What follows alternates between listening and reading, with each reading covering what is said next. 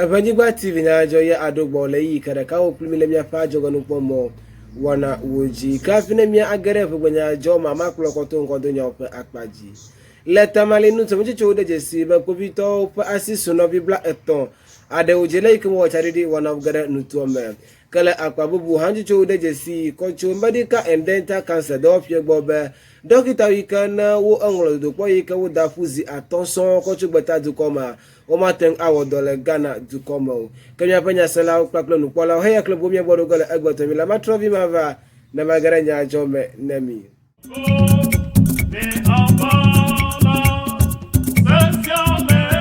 akpebe mi reka oklim le yike ma hogbeda sikochu nusilis ebe English channel do pie gbo nemi kademia agara Nyadzɔdzɔwo nemi enuma ka yike mi ajego bla kobito pe akpaji nje cho de jesi be abeno bibla etonson ade yike no bunazalo ti be wonye fiefio alo wonye ngbegble wala le Ghana du kope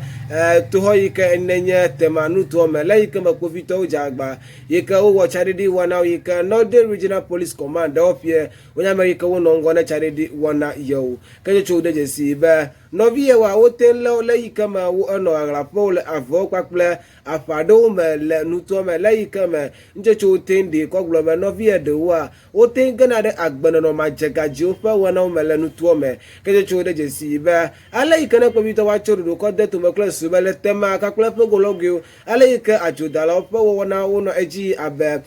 robbery cast nation kwaple ale yike woten de no vio fa gbara yike wo gana ro panu jira po kwaple fia so me yo fina no vi mo ne enu na wo achi le tema nuto me kala wana ma woten de jesi be no bi gada wonya America wo jagba yike wo wo mlope alo no pele avoma abe temporary structures wo na yike waten aglo fodo ke wo le gama hena wo pe do wana wo chi le Ghana zu ko fe to yike nenye tema nuto me kala yike mo no fun ko ko Nyadzɔdzɔwo la yike America de nyanu na kobito pe do wala le te ma yike nya crime officer superintendent Bernard Baba Anang America bi ko globe America ta na yo pasi suji yo aja agba yike yo atenu ma no yike jebe yo was screening one now kala apato e pe nyanu e de ko globe enya de study yike no vi wa ko kwado nyantene ye wa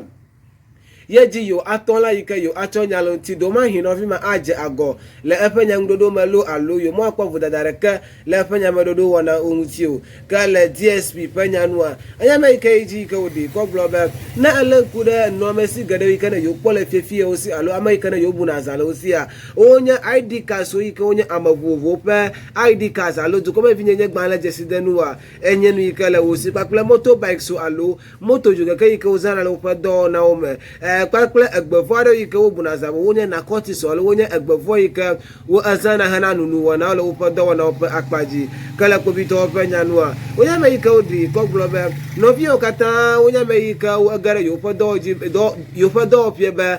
yo podo mesi gare obula yo podo wona oma ne waja agba yike wa gare yo ji hana jesidede nenenfe numa ole tema nutuo me kenya panu kwala le mia acho la kpamene mi kenya ano dokita of akpaji nemi titri medical and dental cancer alo akameti ke ukpona dokita alo dorokoji do wala openya ogbone mi le Ghana to koma oye me ke odi ko globe dokita yo kata na wo sron le Ghana to koma yi ke wo va fifie be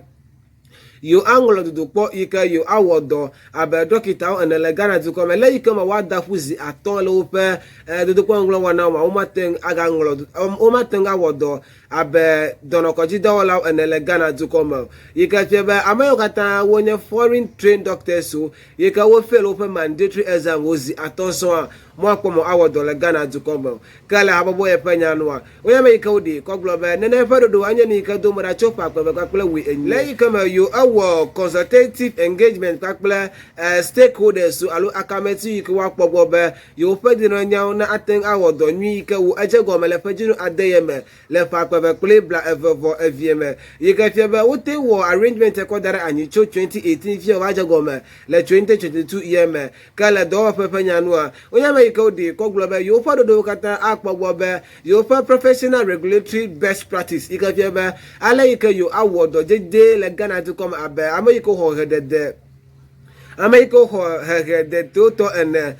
le yufa do wana uma na yenu ka aten ayi do wana uji kama yike registrar kama ikenya registrar na medical and dental council da ofie ikenya Dr. Divine